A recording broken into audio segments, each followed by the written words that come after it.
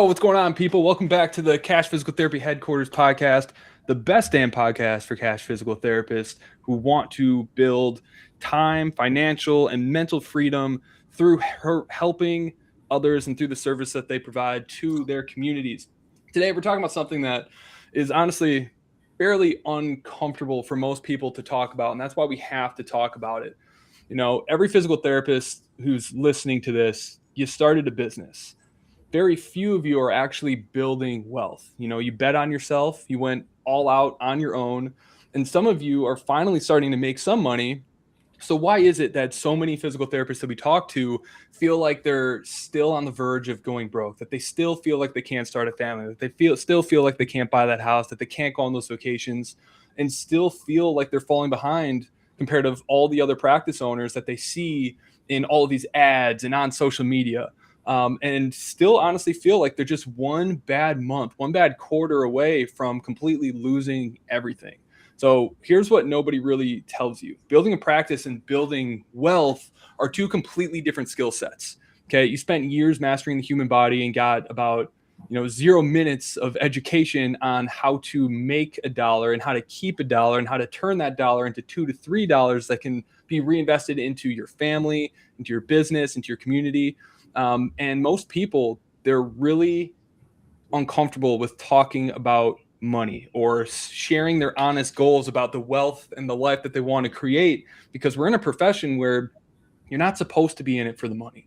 You're supposed to just be focused on serving other people. And it's created this atmosphere or this culture of PTs self-sabotaging themselves out of guilt of getting ahead in life. And so today we want to talk about the way we think about money, the way we think about wealth, the best strategies on how to think about money and to grow your wealth without feeling like disgusting and feeling guilty about it. So what's up, boys? Zachy, is that the new office? Yeah, new office, dude. I was gonna That's say what you went with, huh? Yeah, I got hella like random stuff. Like I don't know if you know who this actor is right here. Can't see him. No one's gonna recognize him. And then I got I'm a big Office fan, so Dunder Mifflin paper right there. Then like the Office DVD box set. This random shit. Just like I wanted, yeah, I wanted to make an office that was just like that had nothing to do with anybody but myself. Because this is the first room I've ever had that was like all mine. Not sharing it with nobody. Not my wife, not my brother growing up, nobody. This is the first room. So I don't let anybody in here that's not my stuff. So I love that. Yeah, offices are sacred, man. I got so many like mementos that are just for me. I got sand from D-Day. I got a Roman coin. Got all my like Warhammer guys. I got some Lego guys. Oh, hell yeah, dude. I got my Batmobile that I built during COVID when I was bored as hell. Yeah, offices are sacred. Where's my clinical marketer plaque I'm supposed to get, bro? That's a good question. That's a good question. We'll have to check in on that. Make sure everyone received their 7-figure impact award. But anyway, guys, let's dive into it here. Now, money's. I mean, do any of us come from money? No. Opposite. Hell no. Like lower middle class, for the most part. Now, I'm curious, like for you guys, how comfortable are you talking about money? Very. It's just a way of keeping score is what it comes down to. Yeah, that's one of the reasons, because it's just a tool. You know what I mean? Like there's no, I think all four of us have completely separated the emotional side that people have tied to money, and we just look at it as a tool. And it's just, it is what it is. That's all that it is. Yeah, because once you get out of that survival mode, it's all it is leverage for improving others in our own lives at that point. Now, were you guys always comfortable talking about money? Like, what was your relationship with money when you were like growing up and going into school? I'll speak on that first. So I grew up my father was born in a village in Pakistan, no paved roads, like basically your house is made of mud. And like he brought us over to the US at a very young age. And we, grew up in quite a bit of poverty growing up. So like for us at the beginning, it was like almost like money was a survival mechanism, right? Like, hey, we need this to get basic necessities. And as my dad kind of moved up, he ended up getting his master's, got like an engineering job, and he had a bunch of side businesses at the same time. It started still becoming necessity, but a little bit more like higher level necessity. And then going to physical therapy school, I was a penny pincher. dude. And like I would, I was like, I would go to H&M to buy, slacks, and they were $7 on sale, and then put them in the wash one time, they're gone. They disintegrate, dude. So like, that's what I thought it was. Like, how can I spend the least amount possible? And then as time went on, and I kind of started getting more into the business world, more into like understanding how to stack skills and stack, like, becoming a different person, how important that was for me to achieve my goals. That's when it really started looking at money as a tool. And the thing that I realized is like, money doesn't just buy material things. That's all I thought it was. It buys material things, buys houses, buys cars, buys clothes. It buys freedom. It buys time. It buys security. So like, that's the stuff I value so much more now. And that's what I try to leverage my money for. So there's a little evolution of what I thought money was for. And now my mindset is like literally completely different when it comes to it. And, my bank account, my business, my life is all reflecting those changes. Yeah, it's crazy how the more money you make, the less it becomes about the stuff and more about like all the other things that are actually important. What about you, Will or Ben? Like, what was your like initial like outlook on making money and creating wealth when you were first kind of getting started in this game? Yeah, I had a little bit different story than Zachy, which you didn't grow up in Pakistan and live in a mud house. I didn't. I grew up in a village in San Pedro, and no, but how I grew up was different. Like a lot of like my uncles, they all have like pretty big companies, and so like when we were little, like they were not well off. Like they built it all as we were growing up. But my parents were very corporate. Like my mom was a teacher, and my dad, did some stuff down at the docks, like very corporate, middle class. Like we never struggled, but we never had anything extra either. But then I saw as like all my uncles like were growing their companies, and I was like, well, that's what I want. And so like that's where I started learning about investments and things. And I was that kid that was like selling candy on the playground. Like I had a t-shirt company in high school. We were like doing designs or whatever. And it was like, I was running margins and things like that. Like I remember one time I got detention in history class because I was running these like compound interest formulas, trying to figure out what this $5,000 investment I made in one of my uncle's company would turn into in the next 36 months. And it was like, $3 a day it was going up. And, and anyway, it was like that's like how my brain works, but I didn't grow up with that. Like I love my parents, but they're like very conservative, like, work for the man, like put into your 401k, that kind of thing. My dad kind of discouraged me from opening the movement shop at the beginning because he thought it was too risky. Not because he didn't love me, believe in me, like all that. Like my parents were fucking awesome. But it was just so risk adverse, And so I think it was beneficial for me because I kind of had the both ends of the spectrum. I saw what greatness could look like. And then I also saw what, I don't know how to say it, like playing conservative looks like as well. Yeah. And so I think I had a really unique kind of perspective growing up, which really, turned me into like how I think about things today. Yeah. And it's so important to have, like, I had that one person that like gave me that vision of what I wanted for my life as well. And I think I hope that if anyone listening to this doesn't have that person, I hope that the four of us or one of the four of us can be that for you, because you need someone to open your eyes as to like what's possible, what you want for yourself, so that you have the conviction and the desire to actually like go and create that. But we'll get into that in a little bit. Like what's your story, Ben? Yeah, we grew up, looking back, we were like technically middle class, but we lived like we were middle lower, and worked like we were middle lower as well. My dad's a farmer. And so my job growing up was working on the farm, baling hay. At the age of 8, going to the cow farm and throwing bales down to the cattle, and feeding the hogs and like scraping shit off the pens and power washing pens and getting shit sprayed up in your face when you're trying to clean it. And so we worked like we were lower middle class on it, but like we were closer to middle class on it. So yeah, and you talk about like I've always been relatively comfortable talking about money. I think it felt awkward because other people felt awkward is really the main things on it. I never really personally had issues with it. And I think the way that I grew up with like acting like we were middle lower class made me realize like I'm done at like playing that game. I'm done living like that. And like that's something that changed a little bit when I graduated PT school. Was like when I started my practice, I'm like it's so much easier to earn more than save.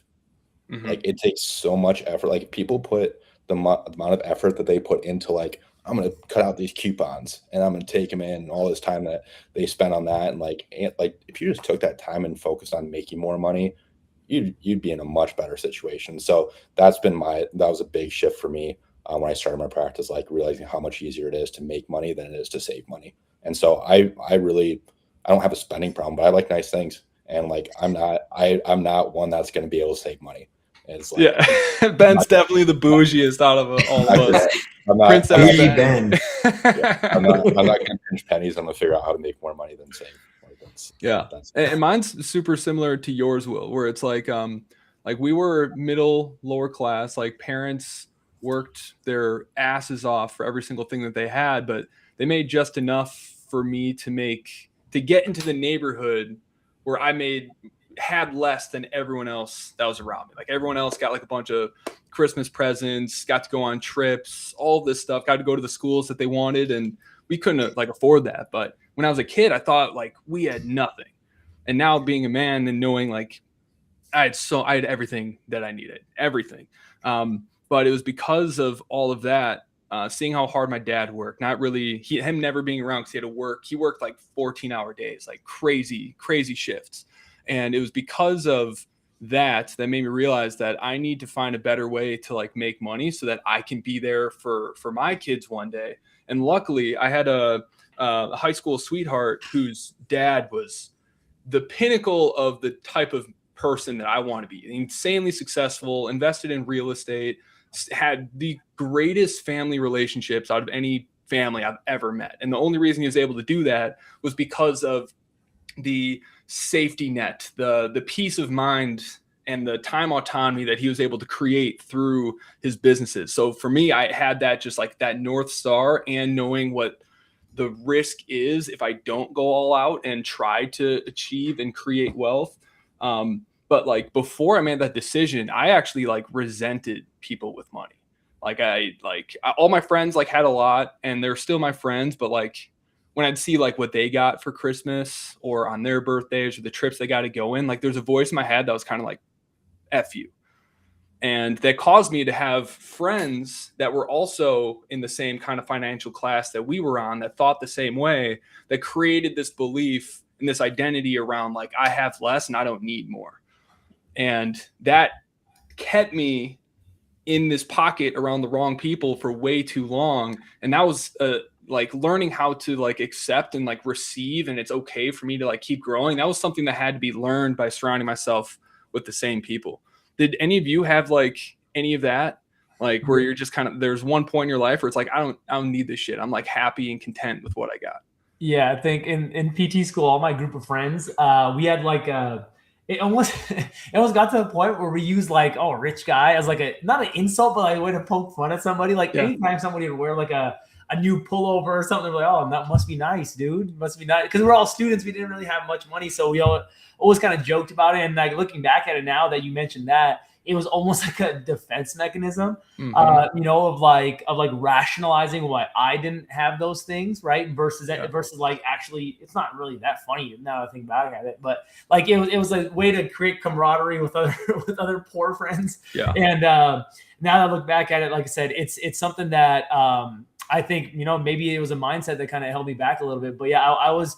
Those guys are still my friends, and some of them are business owners as well now too. So I think they're using it as a very similar like method and similar tool to like maybe like a floor to push off of. Exactly. Yeah. So now we've gone through all of the evolutions of going from like not having money to not being comfortable with not having money and using it almost like a badge of honor of like, we don't need that shit to make ourselves really just feel better about where we're at, to now, we all run multi 7-figure businesses. We're able to grow our net worth and able to take care of our families in a way that most people just dream of and they say they don't really want, but we know in their applications and on their onboarding calls that is really what they want. So I want to circle back to a post that we were talking about where there was a practice owner who was complaining about like how everything out there is all about money, how every PT's just in it for the money now, or at least that's what it seems like online. And he just got into this profession to help others, not make money. Now, I want to talk about that because I think it's a bit of a misconception because we all live in this online bubble, but it's also a really dangerous like way of thinking and viewing money that's going to force you to live a life that's a hell of a lot harder than it needs to be. So what are like the first thoughts that you guys have on that? When people say like you're in this profession to help people, not make money. Well, my question would be like, how many people did you help last year and how many did I help? I guarantee I helped 50 times as much because of the scale that we're at. I didn't treat a single patient, but I still helped 50 times more people than you did last year. You know, so if you got in this profession, it's your ethical obligation to help. I see the same thing that people are like, well, I don't want to do cash pay because I'm going to single out people. I'm like, if it's not free, you're singling out people. Even people that are paying a copay, you're singling out people. The only reason you don't see it as an issue is because that's what you're comfortable as paying a copay. But you ask that homeless person if they think that copay is a lot, and they're going to say it's a lot. It's the same level as what you think a cash pay rate is to your copay that you're comfortable paying. That's the difference. So unless you're charging, if you're not charging anything, it's expensive to somebody. And people are self-projecting on what they feel is comfortable based on their level of what they're willing to pay. And so, you know, that's the thing too, is it's all subjective. And if you're charging something, it's expensive to somebody. 100%. And there's always going to be like, yeah, you're going to exclude some people. If you're selling $2,000 packages, there are going to be people that can't afford that. Just like not everyone can afford a brand new Stingray or a big house or a Louis Vuitton bag for their wife or for themselves. Like there's always going to be like those cheaper options for people to go help them. I remember like there's one person who was just hell bent on being like a nonprofit and just serving these like lower income communities, but they're worried about their rent. They weren't able to send their kid to the school that they wanted to. And they're constantly in fight or flight, and they're depressed because they don't feel their life getting easier or better from the contributions that they're actually making. And it's like, great. If you want to start a nonprofit and creating wealth isn't like your objective, like, okay.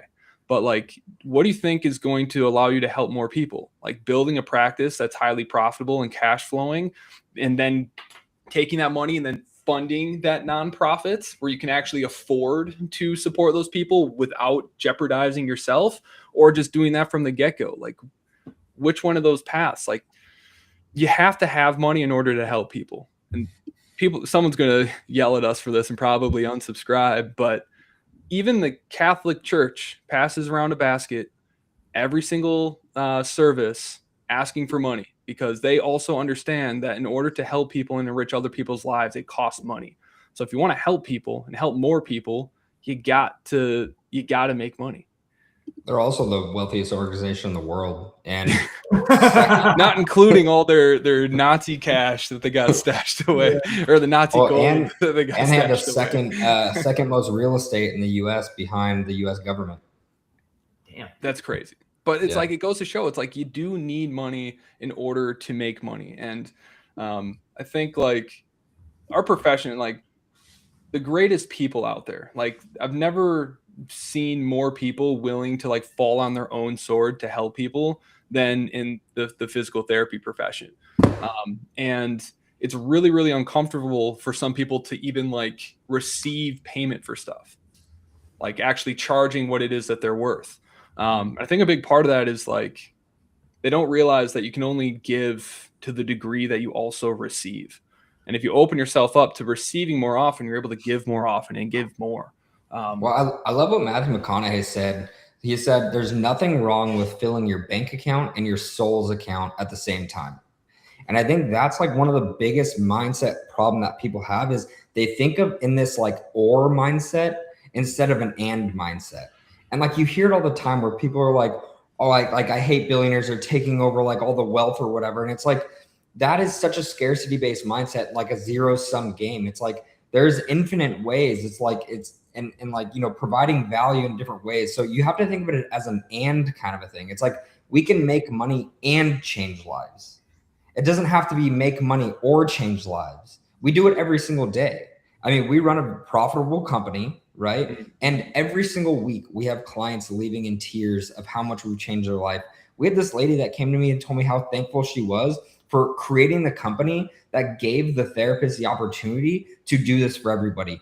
I think I talked about her last week. She had this like knee pain, couldn't run without knee pain for like 8 years. And now she's running without knee pain anymore. She paid for a program. She got the results. She's happy. The company's happy. The therapists are happy that get to work with her. There's a 3-win rule and everybody's fulfilled. Yeah. I think the other thing that kind of like holds physical therapists back in this case is like, I feel like most physical therapists inherently in their nature, they're good people. Right. I do think that, and that's one of the reasons why they almost accept as a form of payment the result they're getting for other people. It feels so good to help people. And that's why we got into it. They almost look at it as like, oh, this is payment enough. You getting back to running is payment enough. It's like, take that, put it in an envelope and try to pay your rent with it and see what happens. Right. It's like you can, and I think that's like what Will just touched on. That's paying your soul. That's fulfilling like the things that make you who you are, that good person who you are, the ability to like have other people's light and like take that in and be like, okay, I can take this light from other people and grow myself with it. That's honestly a really good trait. That's the people I want to surround myself with. People that can look at other people's happiness and almost like take from it and absorb it and be happy because of other people's happiness. I think most physical therapists are in that realm. Yeah. But when it comes to the other side of it, I think if you look at that as payment enough, you're never going to get to that level you want in terms of actually filling your bank account and feeling fulfilled yourself. Where do you want to be that person eventually that is that light that other people feel happy for? Or do you only want to take from other people's happiness? Do you want to generate your own? You're probably going to need some money to be able to do that. Right. And if the fulfillment that you created from changing one patient's life, if you aren't reasonably compensated for it, what person are you basically saying no to creating that transformation for, because you couldn't afford the marketing to be able to make that person even find you? Absolutely. Right. Well, and you have to remove the emotional component from money anyways. It's like money is just a form of leverage, like we were talking about earlier. It allows me to hire more great clinicians, pay them more so that they're A players, so that our clients can get better results, so that they tell more people about our brand, so that we get more leads, we get more clients and have to hire more clinicians. Then we have to open more locations. And at the end of the day, the whole entire mission that we're on is we want to change lives in the best way possible.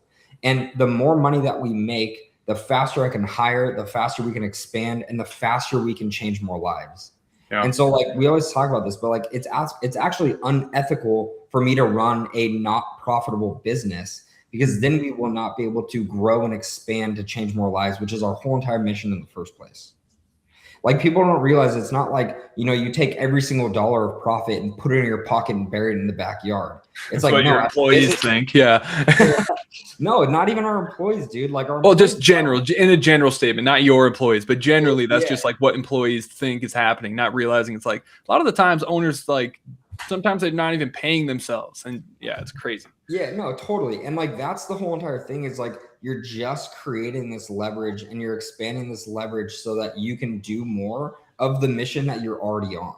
Right. And like obviously, like I say it probably every episode, but like I'm a capitalist through and through. And when you have good people in that seat, you can change so many more lives and you can do it so much faster. And like, that's the whole entire mission. Like, that's the whole reason that we do this.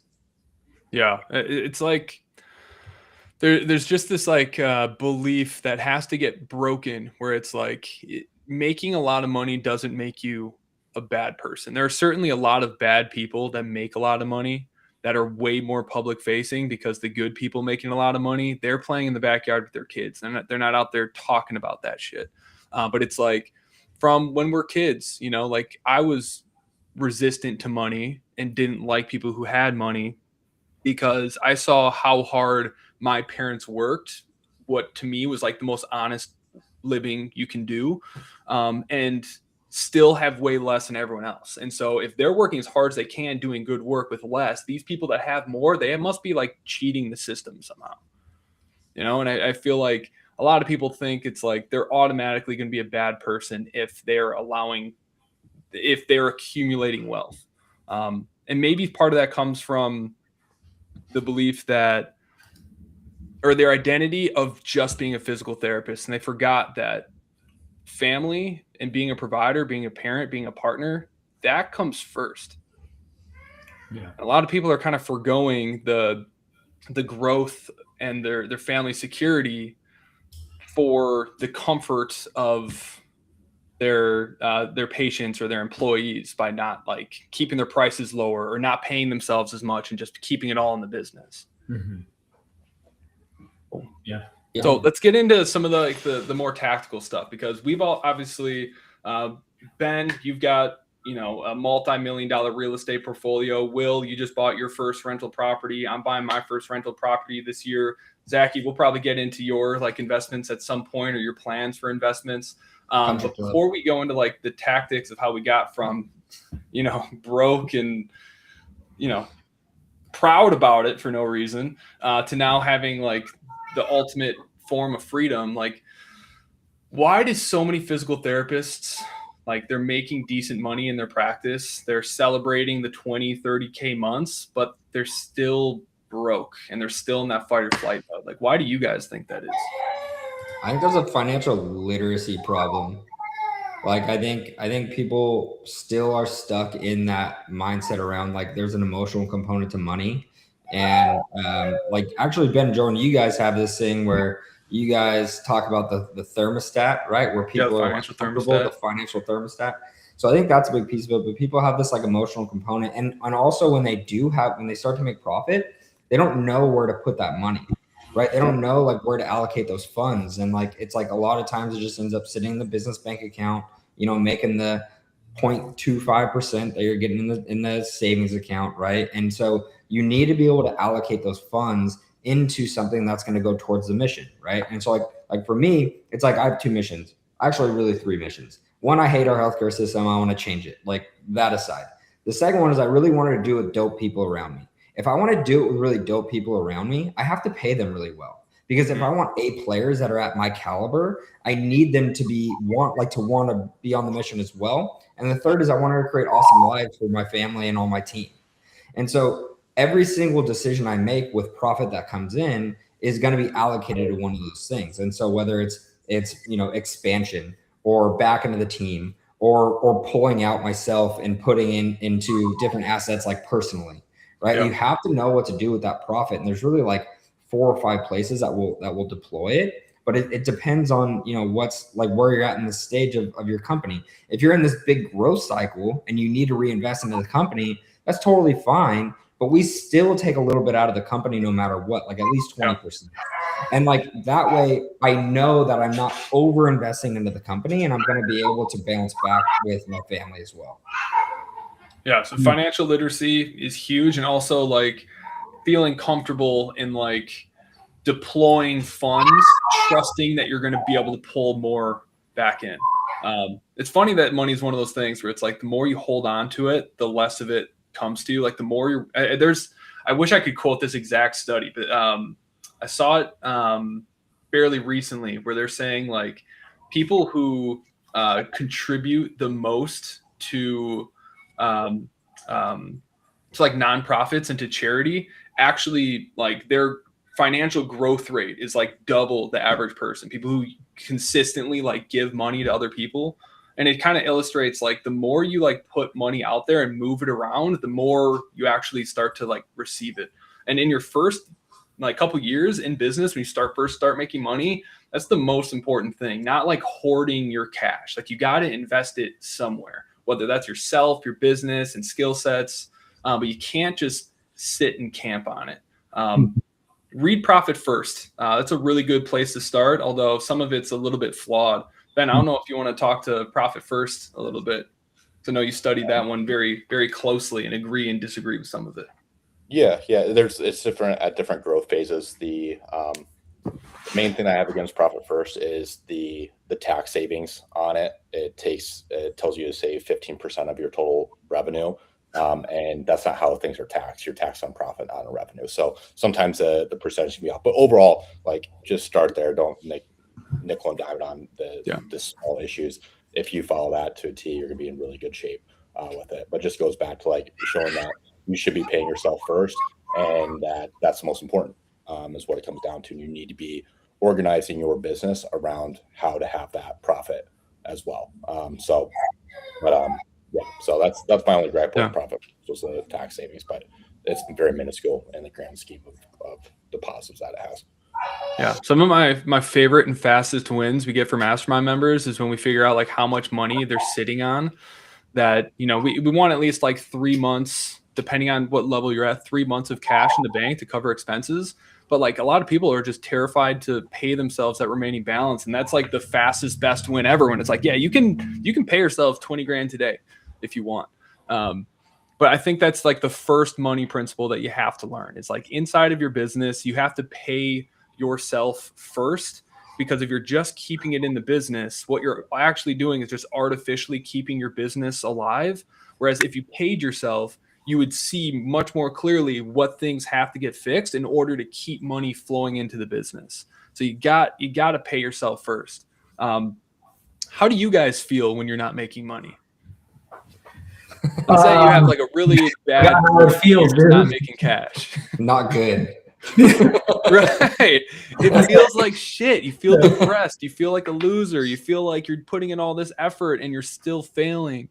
And so I think especially new entrepreneurs, they need to realize that paying yourself is far more important than keeping it in the business, because you get to feel the growth and the momentum. So you're going to show up to work feeling a hell of a lot better every single day.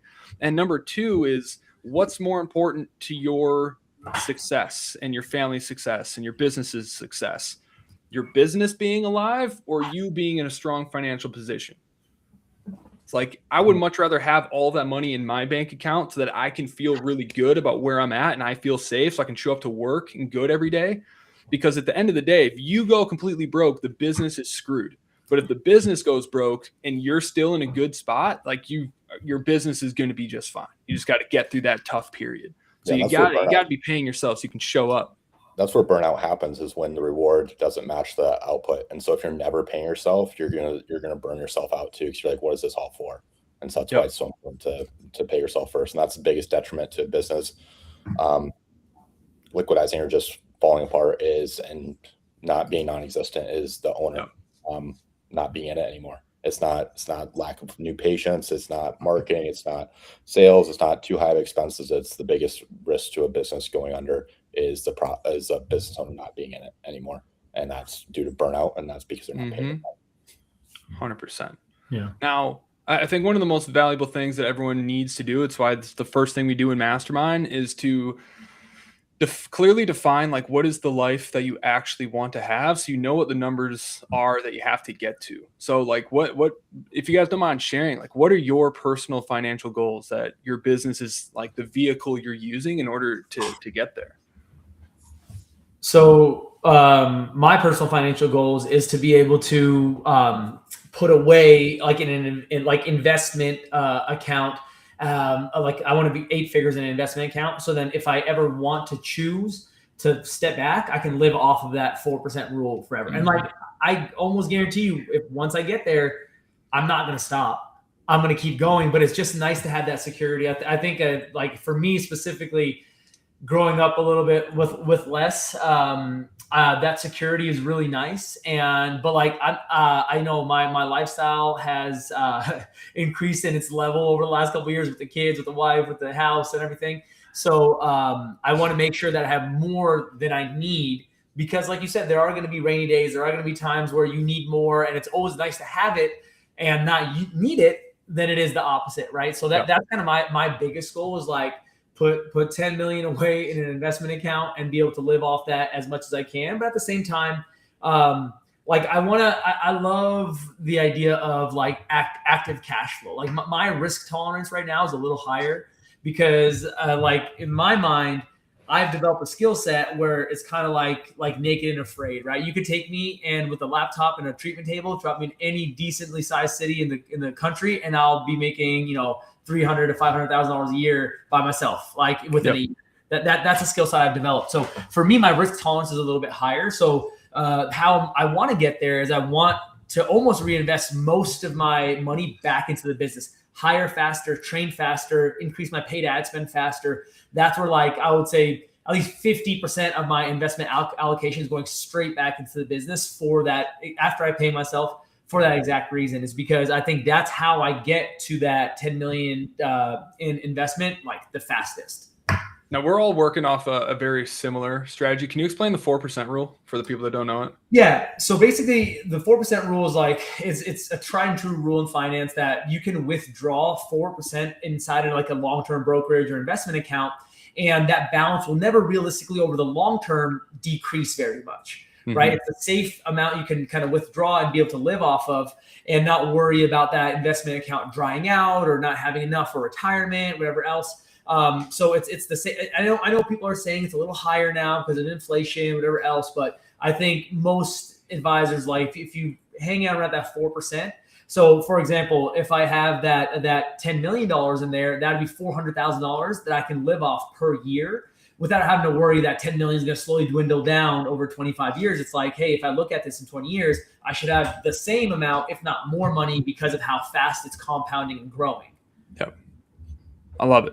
So I think all four of us have a pretty similar strategy. And I think it stems from the philosophy that all of us have of like, I don't think anyone was supposed to just work and grind for someone else for their entire life, get to 60 years old, and then have barely anything left over to actually live life. Like human beings aren't supposed to live like that. At least they shouldn't. That doesn't mean like we're not going to work forever, but I think all of us have the same goal of let's get, 8 figures invested so we can live off the 4% drawdown so that we're going to continue to work, but it's going to be on things that fill us up, that things that we actually love to do so that we're never at the beck and call of anyone, so that we have full autonomy over our life, our choices, and our time.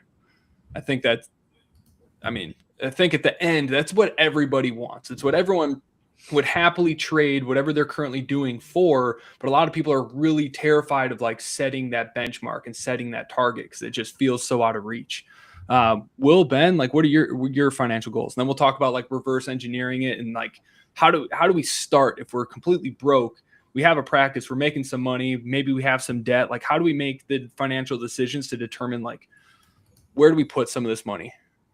Yeah, I mean, for me, it's almost identical to Zachy, having that, be able to take that 4% drawdown and have the investment accounts still grow simultaneously. And so just basically be able to have whatever lifestyle spend that my wife and my kids and like whatever we want to have, it's not drawing down in the sense that like it's ever going to be depleting. It should always be growing over time. And so we just do it in a way that's like diversified between companies, real estate, and then normal like brokerage accounts. And so it's like we try to keep a balance between those things. And then the way that we do it is I try to fill up like a money market account as much as I need until I'm ready to put another deployment somewhere else. And so I really like what like Charlie Munger and Warren Buffett say about like, hey, pretend like you have a punch card with 10 punch spots and you can only make 10 investments over the course of your life.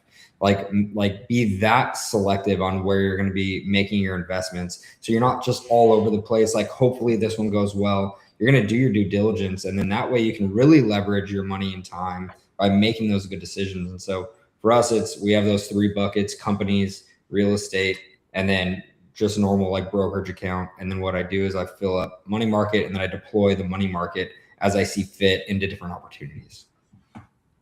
Love it. Love it. And then you got the real estate to offset your taxes. So you have more to invest. I mean, we just flow and more freedom. We just bought the property in Lincoln City. We closed like 2 weeks ago on it. We're running a cost segregation study. Thanks for sending me your guy, Ben. And I mean, I have a partner on the deal, but even with the partner, it's probably going to save like $60,000 to $65,000 in taxes. Like it'll be a $65,000 write-off like this year because we just depreciated the whole 100% depreciation on it. And so it's like, that's massive, right? So it's like all the money that I have in my tax account, well, now I can redeploy that into the money market so I can deploy that somewhere else as we go too. Yep. Like we're in the middle of an acquisition of a practice right now. And it's like, that's that's kind of how I want to do things. I like having those 3 buckets, and then you can make decisions from there, and it's kind of stabilizes. And I think one thing that people need to get out of their head, like especially early on, is like the idea of passive income. It's like you have to make active income and then focus on your passive income. Like if you have like 100 grand in a market account, like just like Zach said, the 4% rule, like that's 4 grand a year. And so it's like, that's not going to like materially change your life at all. And so it's like, create the active income, and the way to create the active income is by creating something that's going to change society, create such a big impact that people are willing to pay you because they see the value in it. Then you can build a profitable company. Then you can go diverse and like, deploy differently. Okay. And Ben, I want to hear Ben's first, but there's a trend here. It's like no one's here sitting that we're saving everything. Like it sounds like for all of us, we're pretty much investing the vast majority of what it is that we have. But we'll talk about that in a sec. Ben, what about you? What's your financial goal? Yeah, I hate seeing money sitting in my account. It's just losing money. So I try and keep as little in my bank account as I possibly can without being reckless with regards to expenses and what time of the month they're hitting as well. So, but yeah, my main thing is like I'm lucky I'm at a place where my passive investments support my lifestyle. So my whole goal in life is to be able to wake up in the morning and feel like I'm playing. Like I just want to have fun doing what I'm doing. And I have zero stress with ProConnects could go under. I could not make a single dollar, and I could still live the same way that I'm living today. And because I can do that, I can take bigger risks with the business, which helps it grow even more, right? Which increases active income, which I can invest in more. And then when I deploy that active income into passive income or into assets, then I get more passive income. And then once that passive income number goes up, now I can increase my lifestyle.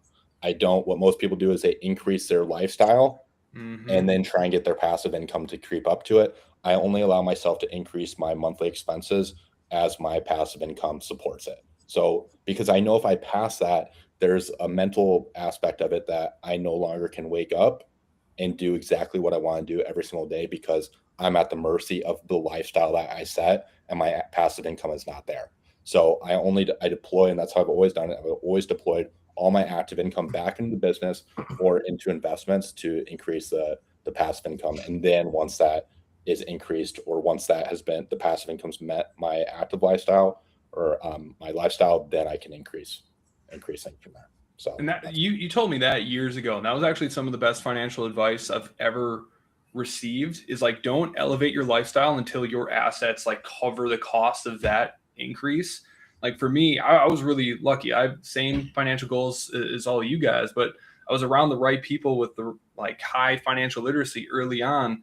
And because I was so used to having nothing, I was comfortable with like not having nice stuff. So I never felt like I needed to buy a new car. I never needed to elevate like my living situation, still living in the same place that I did when I was dead broke. And because I didn't buy any of the things that society says to buy, that all my friends went and bought, I've been able to travel the world, hit like 12 countries in the last 4 years. And I still didn't spend as much money as my friends with a pretty like ordinary kind of life. I still spent less money than them. So I think when you're first getting started in this stuff, like the best advice is what Ben just said, is like don't elevate your lifestyle until you have assets that cover the cost of those things. And then the part B of that is like be comfortable with having less. Like gain your confidence through who you are and the actions you take, not the things that you have, because you're pretty unfuckwithable when you're comfortable at that stage. You're much more willing to take risks because you have less stuff to lose. And I'm a firm believer in as soon as I make money, I get it as far away from me as possible. So I literally can't spend it. So even though I'm making a ton of money, I still feel like I'm not making a ton of money because I try to get 60 to 80% of every dollar I make into my investments so that my bank account is always super low. It's always like one big purchase away from me just like not having anything in my bank account. Yeah, and be comfortable, but not satisfied. Yeah, with where you're at. You can be comfortable, but don't be satisfied, so you stay hungry. 100%. Comfort can also be a big detriment. So stay hungry, just don't be satisfied on it. And the fruit of all of that is not only did I travel to all these countries, but now next week we move out of this place. Now I get to go live in San Diego with Ben. And I finally am at a place where now my assets are now funding this new lifestyle that I've always wanted. So you got to keep your eye on the ball, but you got to be really, really patient and grow your roots down before you elevate everything up. Anything out of that, Will? Yeah, I was going to, but then I just forgot what I was going to say. But I think that is like what I was going to say is I can't wait for you to be in San Diego so I can see you guys more. Yeah, dude. I can't wait. I can't believe it's next week already. I think the main thing too is like for all the PTs that think, they have this financial mindset issue. You're not getting into this for the money. Like you're getting into it for the mission. Like that's what drives this thing. Like not that I don't have to work, but like I have a personality where I could be completely set and I will still be doing this until I'm like 95. And the reason is because I have this like deep desire to change society and like make it a better place and like give people opportunities and grow something that's bigger than myself. So I can like leave this legacy and pass down skills to my kids and pass skills to my team and all these other things. And like, there's no dollar amount that I can hit that will change any of that. But the crazy thing is at the same time, you are going to be hitting these higher dollar amounts. And so they happen simultaneously. And so it's like, just because like, again, like what McConaughey said, it's like, just because you're filling your bank account doesn't mean that you need to stop filling your soul account. Just because you're filling your soul account doesn't mean you need to stop filling your bank account. Right. Like you can do both at the same time and you can do them forever. And when you don't have like this destination of like, when I have this amount of money, like I'm going to stop doing everything I'm doing. You have this like burning mission that will never stop. And you're just going to keep growing and elevating and being this catalyst for change. And I think that's the thing that people need to realize, if you have this money mindset issue, the thing that changes is like, it's not to say, oh, all of a sudden I love money, because you shouldn't love money. Like there should be no emotion tied to it. It's just a tool for you to fulfill your mission. And it could be anything. Like your mission could be anything. Just because mine is like to change the world and change society and like do all these things that I want to do. Yours could be whatever it is. But money is a tool to get there. And that's all that it is. Nothing else. Right.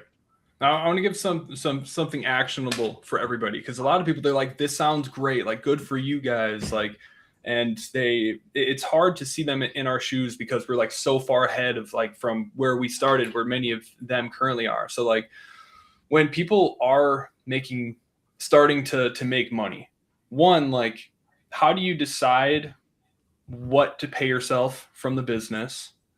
And once you have that cash, how do you decide where to place it? Like, how are you breaking that up? Like, let's say they're just getting started. They're doing 10, 15K a month. They're paying themselves, 8 to 10K. They have student loan debt. They also want to like invest, but it's like also overwhelming. So how do you guys think about it? I have a simple framework that might be helpful. Do it. And like, this is what I teach all our clients too in Clinical Marketer. So I'll just kind of pass it along in the podcast is you need to make sure that you have whatever you're comfortable in monthly expenses in your bank account. You can put them in a CD or a money market or whatever, leave it in the account. Like for me, I'm ultra conservative. We have at least 2 months of expenses in money markets in the company. After you have that, now you have your revenue minus expenses. That'll give you profit.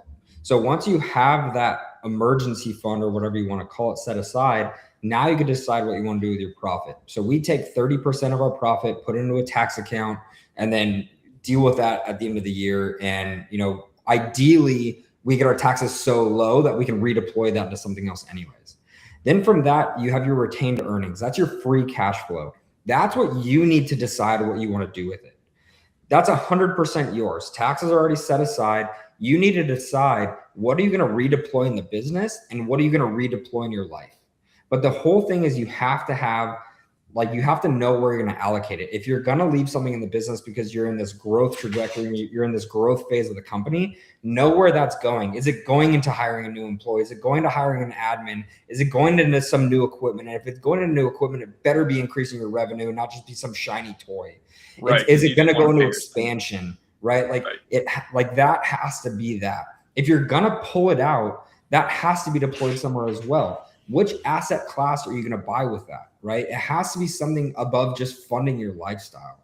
And so you can change the percentage, like anywhere from, what you can pick your percentage, but either way, you should have some percentage that stays in the company every month and some percentage that goes into your pocket every month, so you can deploy into assets. 100% agree. Now, if you have like student loans, like Ben, Zachy, like how did you get rid of your student debt while also finding time and space to invest, or did you hold off until your debt was completely gone? So I have a lot of student loans still left. Pretty much what I left school with. I figured that the amount of interest I'm accumulating on my student loan debt is not even close to the growth I'm getting when I redeploy that money into my business, into other like revenue producing assets.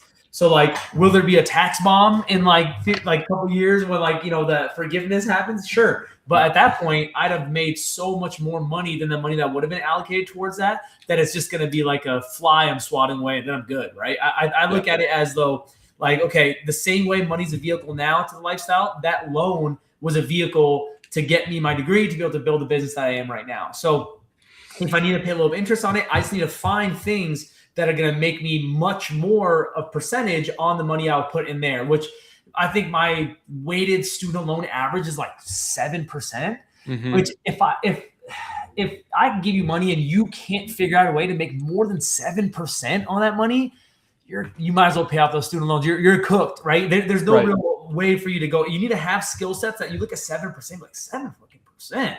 Like I can make more than that just like treating patients or redeploying that into ad spend. Like there's so many places I could put that would make more than 7%. If you don't have those, learn the skills to develop where to put that money that makes more than 7%. I think people look at like the investment account, the average, the S&P 500, whether it's 7%, 10%, whatever people say, you should be able to look at with the skill set you develop, look at that number and be like, that's fucking child's play.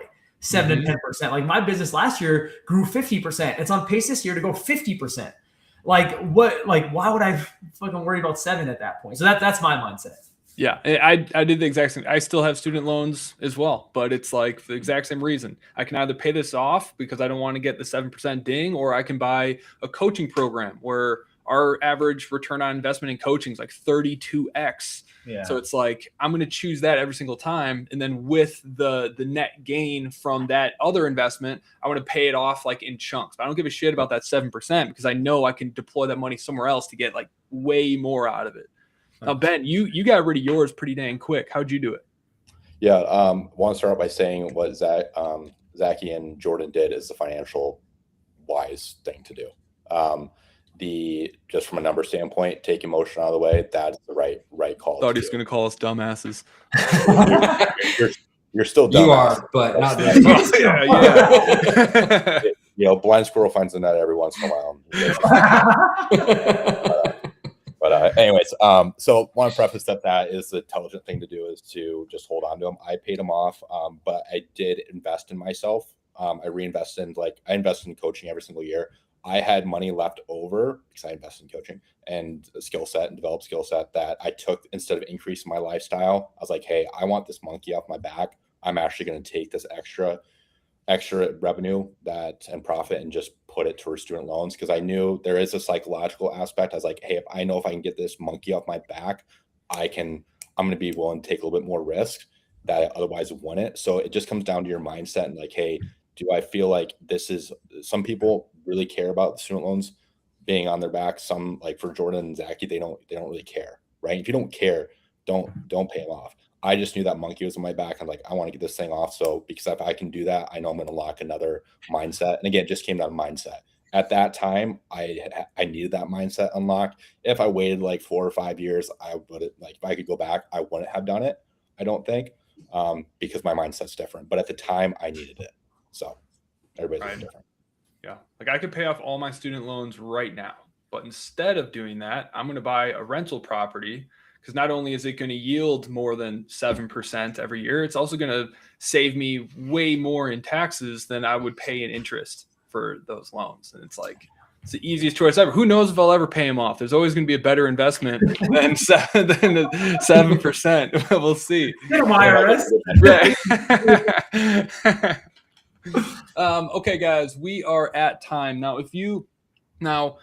we've all done a lot. We've made a lot of mistakes with our money. We've made a lot of good decisions as well. I do have to say that this is not financial advice, but we have been able to create pretty comfortable lives for ourselves. And it started with a lot of years of getting our teeth kicked in. It took a lot of years of just having faith in ourselves and betting on ourselves and investing money in the right places to develop the skills.